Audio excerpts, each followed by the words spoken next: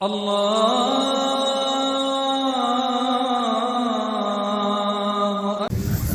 بالله من الشيطان الرجيم. بسم الله الرحمن الرحيم. وَلَقَدْ جَعَلْنَا فِي السَّمَاءِ بُرُوجًا وَزَيَّنَّاهَا لِلنَّاظِرِينَ وَحَفِظْنَاهَا مِنْ كُلِّ شَيْطَانٍ رَجِيمٍ إِلَّا مَنِ اسْتَرَقَ السَّمْعَ فَأَتْبَعَهُ شِهَابٌ مُبِينٌ. صدق اللہ العظیم. وَلَقَدْ جَعَلْنَا فِي السَّمَاءِ بُرُوجًا، اور تحقیق یقیناً جعلنا ہم نے بنایا فی السماء آسمان میں بروجن ستارے، وزیناہا اور ہم نے اس کو مزین کیا، خوبصورت کیا، للناظرین دیکھنے والوں کے لیے. اس سے پچھلی آیتوں میں ان لوگوں کا معجزات کا طلب کرنا، اس سلسلے میں جواب یہ دیا گیا کہ یہ ان کے بہانے تھے. معجزہ اگر اس سے بھی بڑھ کر ہم دے دیں کہ آسمان میں دروازہ کھول دیں اور یہ اوپر چڑھتے چلے جائیں، تب بھی یہ ماننے کے نہیں ہیں. اور یہاں پھر اس سے بڑھ کر معجزہ تو سامنے آنکھوں کے ہے، اس کو دیکھ کر کیوں نہیں سمجھتے یہ لوگ؟ ان آیات قرآنیہ میں آیات تکوینیہ اور آیات کونیہ بیان کیے جا رہے ہیں کہ بھائی اس بڑا معجزہ تو ذرا آسمان کی طرف آنکھیں اٹھا کر دیکھیں کہ ہم نے اس میں بروج بنائے.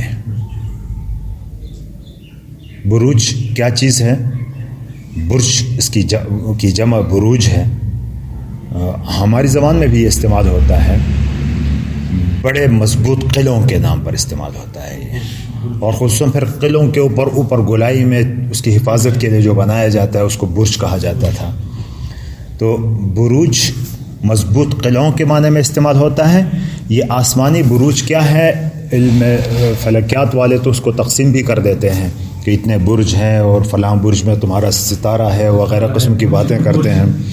تو یہ یہاں مراد آسمان کے ستارے سیارے مراد ہیں، یا پھر ان کا مقام، ان کی جگہ وہ مراد ہے. اور آسمان میں ہم نے ستارے بنائے. اب ان ستاروں کو کیوں نہیں دیکھتے کہ آج تک جتنے بھی سائنسدان گزرے ہیں سبھی اپنے عقل پر بڑا ناز کرتے ہیں، لیکن اب بھی دور دور سے صرف تخمینے لگاتے ہیں، اور ان کا جو پیچیدہ نظام ہے اس نظام تک وہ پہنچ ہی نہیں سکتے، اور ہم نے وہ بنائے. اس کو دیکھ کر پھر یہ نہیں تسلیم کرتے، تو ان پر آسمان کے دروازے بھی کھول دیں تو ماننے والے نہیں ہے. اور صرف بنایا ہی نہیں بلکہ وَزَيَّنَّاهَا لِلنَّاظِرِينَ دیکھنے والوں کے لیے اس کو خوشنما بھی بنا دیا، خوبصورت بھی بنا دیا ہے. جب سب فضا صاف ہو، آدمی باہر بیٹھا ہو، آسمان کی طرف دیکھیں تو یہ سیارے جتنے ستارے ہیں کتنے خوبصورتی کا منظر پیش کرتے ہیں. خصوصاً یہ شاعر حضرات کے لیے تو بڑا موضوع ہوتا ہے، شعراء کے لیے تو اس خوبصورتی کو پھر اپنے شعر و شاعری میں بھی لے آتے ہیں. تو کتنا ہی خوبصورت بنا دیا ہے. ان تمام چیزوں کو دیکھیں غور سے، نظر سے، تو یہ خود مان جائیں گے. لیکن یہ تو ان چیزوں کو بھی نہیں دیکھتے، تو یہ باقی جو ان کے مطالبات ہیں یہ صرف بہانہ ہے. وَحَفِظْنَاهَا مِنْ كُلِّ شَيْطَانٍ الرَّجِيمٍ. حفاظت کرنا، اور ہم نے اس کو محفوظ کیا ہے. اس کو کس کو؟ اس آسمان کو. من کل شیطان، ہر شیطان سے، رجیم مردود، ہر مردود شیطان سے اس کو محفوظ کیا ہے. اس کا مطلب یہ ہے کہ آسمان میں کسی شیطان وغیرہ کا دخل نہیں ہو سکتا، بند ہے، نہیں ہو سکتا. پہلے تو تھا فرشتوں کے ساتھ طاؤس الملائکہ کہا جاتا تھا شیطان کے پاس، لیکن اس کے بعد اور پھر اس کے جیسے ہی اس کو اتارا گیا ہے وہاں سے، تو اتارنے کے بعد پھر اس کا داخلہ وہاں ممنوع ہے. تو وہاں گویا کہ آسمانی دنیا میں جو نظام چلتا ہے تو جیسا کہ شیطان اس دنیا میں اپنی حرکتیں کرتا ہے ان حرکتوں سے وہ محفوظ ہے. الا من استرق السمع، مگر یہ ہے کہ کوئی چھپکے سے سن بھاگے. استرقہ یسترق چوری کرنا، چوری کرانا، السمع سننے کو. استرق السمع کا ترجمہ کیا جاتا ہے کہ چوری چھپے سن کر بھاگنا. فَأَتْبَعُهُ شِهَابٌ مُبِينٌ، تو اس کے پیچھے لگا دیا جاتا ہے واضح چمکتا ہوا شہاب، انگارہ، شعلہ. شہاب شعلہ، چمکتا ہوا شعلہ اس کے پیچھے لگا دیا جاتا ہے. تو اس کا مطلب یہ ہوا کہ یہ کیا کیفیت ہے وہ اللہ ہی بہتر جانتا ہے. صرف اتنا ہے کہ اللہ کی طرف سے جو احکامات فرشتوں کو مل جاتے ہیں تو فرشتے وہ احکامات لاگو کرنے کے لیے نیچے چلے آتے ہیں. تو اس وقت راستے میں کہیں شیطانی قوتیں ہوتی ہیں، وہ ان کی کوئی بات سن کے اچک کے بھاگنے کی کوشش کرتے ہیں. اس سے بھی محفوظ کر دیا اللہ نے، ان کو بھی اوپر بھی آگ برسا کے ان کو ختم کر دیا جاتا ہے تاکہ وہ چیزیں بھی ان تک نہ پہنچے. احادیث اور قرآن کی آیات سے اتنا ہی خلاصہ معلوم ہوتا ہے. باقی وہ کیفیات کیسی ہیں وہ اللہ ہی بہتر جانتا ہے. اس طرح کا سمع مطلب ہے کہ کیا کر کیا ہو شکر. ہاں، چوری چھپے سن کے بھاگے. یعنی مثلاً فرشتے آپس میں بات کر رہے ہیں کہ فلاں جگہ پر یہ کام کرنا ہے، فلاں جگہ یہ کام کرنا ہے، فلاں بندے کے ساتھ یہ ہونا ہے، فلاں بندے کے ساتھ یہ کرنا ہے. آپس میں بات کر رہے ہیں، یہ دور سے کہیں چھپ کے کوئی بات سن کے بھاگ جاتے ہیں تو اس وقت پھر ان کے پیچھے وہ شہاب لگا دیا جاتا ہے.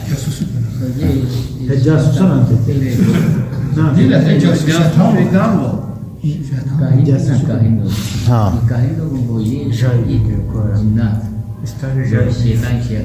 جی جی ہاں، وہ شہاب ثاقب کے ذریعے پھر ان کو ختم کر دیا جاتا ہے، کاہنین کے اس کو. ہاں، یہ جو شہاب ثاقب جس کو عام طور پر بھی کہا جاتا ہے کہ رات کے وقت یا کہ ہم دیکھتے ہیں کہ ایک روشنی آ جاتی ہے، گر جاتی ہے. اب اس کی سائنسی تحقیق جو بھی ہو کہ وہ زمین کا ہی کوئی مادہ اوپر اٹھتا ہے بادلوں کی طرف، پھر کوئی بنتا ہے، پھر وہ شعلہ بن کے آتا ہے، وہ بھی ہو سکتا ہے. کوئی کسی سیارے کا ہی کوئی ٹکڑا اگر الگ ہو کے زمین کی طرف آ رہا ہو وہ بھی ہو سکتا ہے. لیکن اس کے بہت سارے اور بھی مقاصد ہو سکتے ہیں. ان میں سے ایک مقصد یہ بھی ہے کہ کوئی شیطان اگر وہاں اچکنے کی کوشش کرتا ہے تو اس کے پیچھے اس کو پھینکا جاتا ہے. جی، تو سارے ہی شہاب ثاقب جو گرتے ہیں ضروری نہیں کہ وہ شیطان ہی کے پیچھے لگا دیے گئے. ممکن ہے اس کے اور بھی بہت سارے وجوہات ہو سکتے ہیں، لیکن ان وجوہات میں سے ایک یہ بھی ہے کہ اس شیطان کے پیچھے اس کو لگا دیا جاتا ہے. والارض مددناها، یہ تو آسمانی دنیا کی طرف اگر اٹھا کے دیکھیں آنکھیں تو وہاں کی کیفیت یہ ہے کہ کتنا خوبصورت اور کتنا اونچا اور کیا کیا نظام اس میں رکھا ہوا ہے. اس کو اپنی آنکھوں سے سارا کچھ دیکھتے ہیں. اور پھر زمین ہی کی طرف دیکھیں کہ والارض مددناها، مد یمد پھیلانا، اور زمین کو ہم نے پھیلایا. والقینا فیہا رواسیا، اور ڈال دیے اس میں ہم نے گہرے پہاڑ. راسیتن، رسا یرسو سے کہ معنی مضبوط ہو جانے کے آتے ہیں. رواسیا، اس سے مراد راسیت کی جمع رواسی آئے گا تو مضبوط پہاڑ ہی مراد ہیں کہ اس زمین کے اندر پہاڑ مضبوط رکھ دیے، خوبصورت بنا کے. وَأَنبَتْنَا فِيهَا، اور ہم نے اگائے اس میں. انبت ينبت، اگانے کے معنی. فیہا، اس میں من کل شیء، ہر ایک چیز موزون، ایک موزون طریقے سے. یہ نہیں کہ کوئی چیز بہت زیادہ ہو، کوئی کم ہو، کسی میں کسی چیز کی زیادتی ہو، کسی میں کسی چیز کی کمی ہو، ایسا نہیں ہے. بلکہ ہر چیز کو موزون، اردو میں بھی موزون ہی کا لفظ استعمال ہوتا ہے کہ جس میں کمی بیشی نہیں ہے، متوازن، اس کے برابر، اس کے مقدار کے مطابق ہو. ہر چیز کو ہم نے موزون طریقے سے اگایا ہے. دیکھو اگنے والی چیزوں کو بھی اگر آدمی دیکھے نا تو عقل حیران ہو جاتی ہے. ایک ہی زمین ہے، نیچے کچھ بھی نہیں ہے، جو بھی لگاؤ اوپر جو پھل آتا ہے مختلف قسم کے آ جاتے ہیں. اور موزون بھی ایسے کہ اگر جتنی ضرورت ہے اتنی ہوتا ہے، زیادہ ہو تو پھر بھی خسارہ، کم ہو تب بھی خسارہ۔ وَجَعَلْنَا لَكُمْ فِيهَا مَعَائِشَ، اور بنایا ہم نے اس میں تمہارے لیے معیشت کے اسباب۔ معیشتن کی جمع معائش آتا ہے، اسباب المعیشہ، معیشت کے اسباب ہم نے اس میں تمہارے لیے بنائے۔ وَمَا لَسْتُمْ لَهُ بِرَازِقِينَ، اور ان کے لیے بھی جن کو تم رزق نہیں دیتے۔ رزق تو اللہ ہی دیتا ہے سب کو، لیکن بعض ایسے مخلوق ہیں کہ جن کو رزق پہنچانے کا ذریعہ ہم ثابت ہو جاتے ہیں، جن کے لیے ہم رزق پہنچانے کا ذریعہ ہو سکتے ہیں، لیکن ایسی مخلوقات کائنات میں بہت ساری ہیں کہ جن تک رزق پہنچانے کا ہم ذریعہ بھی نہیں ہو سکتے ہیں۔ کیڑے مکوڑے اور مختلف قسم کی چیزیں، بعض ہمارے جانور قسم کی چیزیں پالتو ہیں، ہم گھروں میں پالتے ہیں، بعض ایسے ہیں کہ جو جنگلوں میں ہیں، ان کے رزق پہنچانے کی ذمہ داری ہماری نہیں ہے اور نہ ہم ان کے سبب بنتے ہیں، تو ان کو بھی سب کے لیے رزق کون پہنچاتا ہے؟ اللہ رب العزت پہنچاتا ہے، اور ایک منظم نظام چل رہا ہے ان سب کے لیے۔ ہم تو کہتے ہیں میں کرتا ہوں تو سب کچھ ہوتا ہے، لیکن میں کرنے سے کچھ بھی نہیں ہوتا، ہوتا وہی ہے جو اللہ۔ ہم قسمنا بینہم معیشتہم فی الحیاۃ الدنیا وَإِن مِّن شَيْءٍ إِلَّا عِندَنَا خَزَائِنُهُ وَإِن نافیہ نہیں ہے، من شیء کوئی بھی چیز ایسی نہیں مگر ہمارے پاس اس کے خزانے ہیں، ہر چیز کے ہمارے پاس خزانے ہیں۔ لیکن اللہ کے پاس جو چیز ہمارے اوپر موزون طریقے سے بھیجی جاتی ہے، لیکن یہ نہیں کہ وہ کم ہے، وہ چیزیں اللہ کے پاس ہر چیز کے خزانے ہیں۔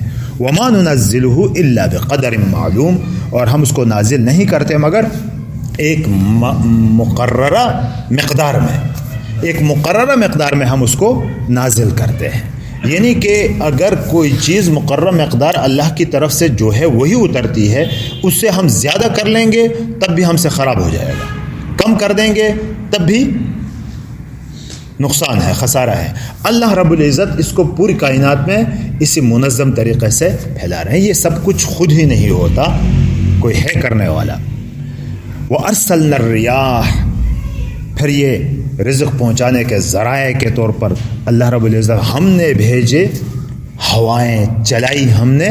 ارسل یرسل بھیجنے کے معنی، یہاں ریح ہو تو چلانا، ہوائیں ہم نے چلائیں۔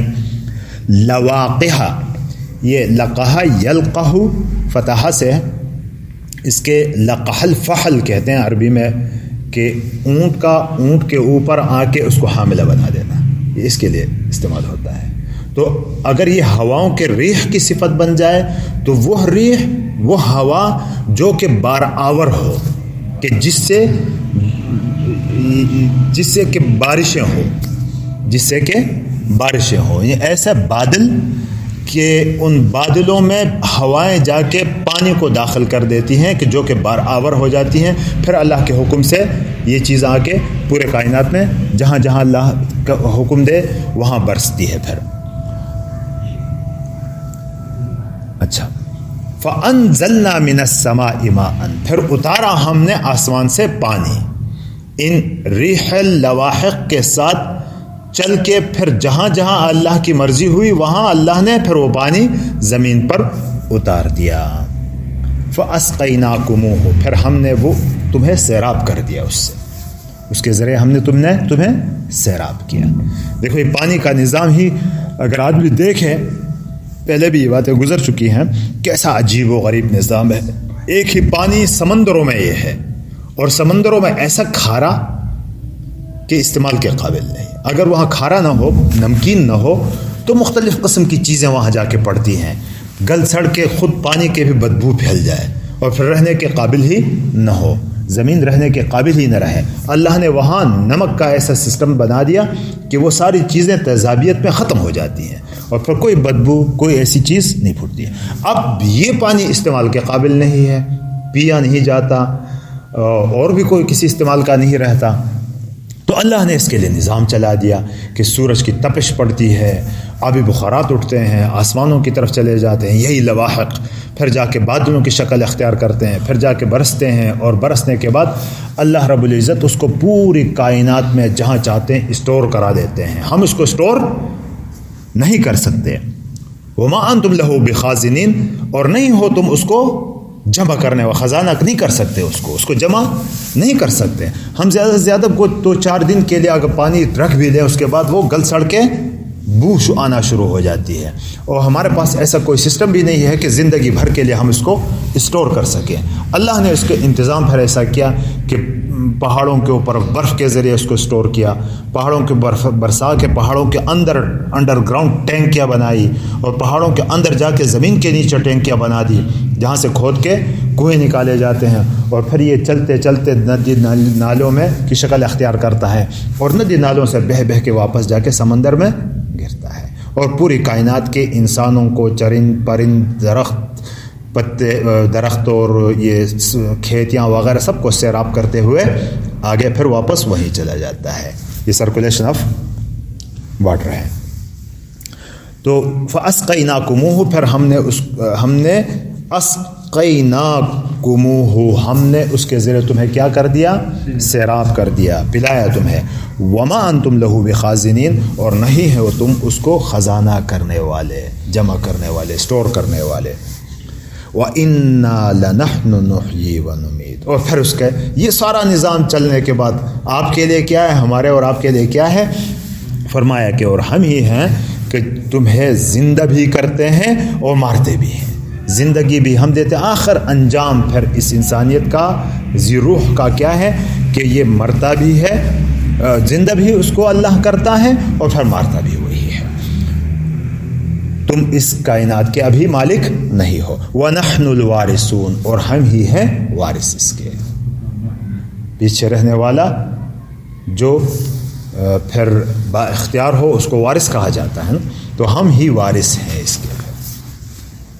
وَلَقَدْ عَلِمْنَا الْمُسْتَقْدِمِينَ مِنْكُمْ وَلَقَدْ عَلِمْنَا الْمُسْتَأْخِرِينَ، اور یقیناً ہم جانتے ہیں جو تم سے پہلے ہو گزرے ہیں، آگے نکل گئے ہیں. وَلَقَدْ عَلِمْنَا الْمُسْتَأْخِرِينَ، اور ہم جانتے ہیں ان کو جو پیچھے رہنے والے ہیں. اب آگے نکلنے والے اور پیچھے رہنے والے کا کیا مطلب ہے؟ اس کے سارے ہی مطلب ہو سکتے ہیں جو بھی آپ کی سمجھ میں آئے، کہ پہلے لوگوں کو بھی، آئندہ آنے والے لوگوں کو بھی، پچھلی امتوں کو بھی، اے محمد تیری امت کو بھی، وہ مستقدمین ہے، یہ مستاخرین ہے. اور نیکی میں آگے بڑھنے والے بھی مراد ہو سکتے ہیں، نیکی میں پیچھے رہنے والے بھی مراد ہو سکتے ہیں. تو ان سب کو اللہ رب العزت فرماتے ہیں کہ ہم جانتے ہیں، یہ نہیں کہ جو کرو گے تو پھر بھگتو گے نہیں. وَإِنَّ رَبَّكَ هُوَ يَحْشُرُهُمْ، اور بے شک تیرا رب ان سب کو جمع کرے گا. إِنَّهُ حَكِيمٌ عَلِيمٌ، وہ حکمت والا ہے کہ کب کیا کچھ کرنا ہے. علیم، جاننے والا ہے کہ کس نے کیا کیا، جو کچھ کیا کیا ملنا ہے. وہ حکیم بھی ہے، بڑا حکمت والا بھی ہے، اور بڑا علم والا بھی ہے.